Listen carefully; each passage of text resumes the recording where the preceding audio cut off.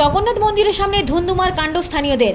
একাধিক দাবিতে মন্দিরের সামনে বিক্ষোভ স্থানীয়দের, বিপাকে দর্শনার্থীরা।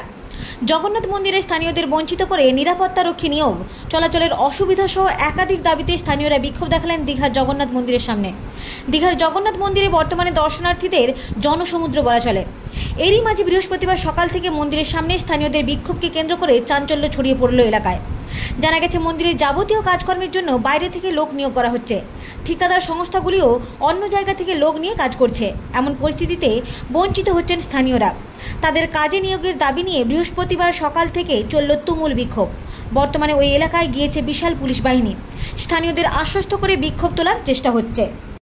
সমস্যা বলতে আমরা এলাকায় জায়গা দিয়েছিলাম। এই এলাকায় কোনো সরকারি প্রজেক্ট হলে গভর্নমেন্ট এর আগে গভর্নমেন্টগুলোও বলেছিল যে এলাকাবাসী যে যার গ্রেড বেসিসে একটা কর্মসংস্থান পাবে। আজকে দেখছি সম্পূর্ণ দীঘা চালাচ্ছেন ডিএম সাহেব। ডিএম সাহেব দীঘা চালাবেন এলাকাবাসীকে ডিপ্লাইড করে, এরা তো আমরা চলতে দিতে পারবো না।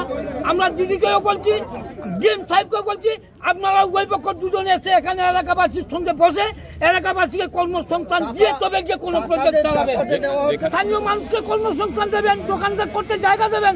অথচ কিভাবে ডিএম সাহেব এলাকার কোনটা আজকে প্রদীপ দাস নাকি তাকে দিয়ে গোটা এলাকা চালাচ্ছেন।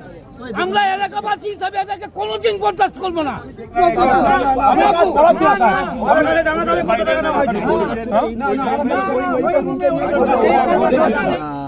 ইতিমধ্যেই জানতে পেরেছি, আমি ছিলাম না এখানে।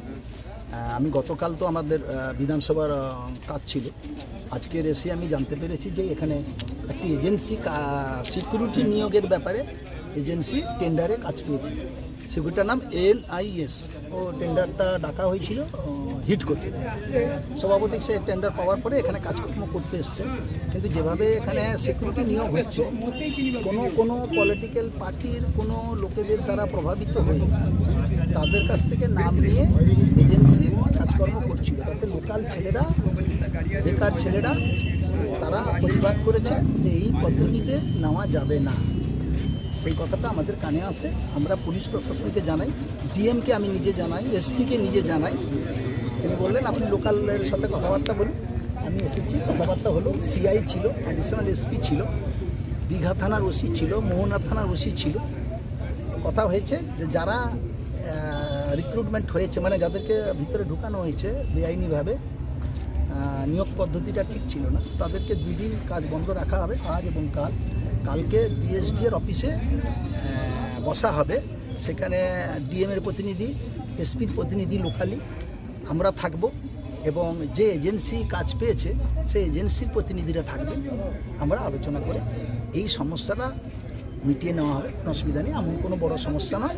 এই যারা কাজ লোকাল ছেলের দাবি, আমরা বেকার ছেলে, এতদিন আমরা এখানে দীঘাতে জায়গা দিয়েছি।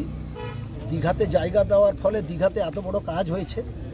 তাতে আমরা অনেক লোক দোকান ঘর করে ব্যবসা করছে, আবার অনেকেই প্রতারিত হয়েছে, বঞ্চিত হয়েছে। প্রতারিত বলবো না, বঞ্চিত হয়েছে। তাদেরকে কাজ দিতে হবে, লোকাল ছেলেদের, বেকার ছেলেদের কাজ দিতে হবে। দাবি আছে। এই দাবিপত্র ইতিমধ্যেই দীঘা ডেভেলপমেন্ট অথরিটিতে পৌঁছেছে সই করে, 200, 400, 500 লোকের সই করে। কিন্তু 200, 400, 500 লোক তো নেওয়া যাবে না। যা গভর্নমেন্টের অর্ডার আছে সেই মতনই বেকার ছেলে, আমিও চাই স্থানীয় ভিত্তিতে বেকার ছেলেদের নিয়োগ করা হোক, সুষ্ঠুভাবে নিয়োগ করা হোক, নিয়োগ পদ্ধতি মেনে নিয়োগ করা হোক। আগামীকাল আলোচনায় এটা তারা বলছেন, আমরা আশা করছি।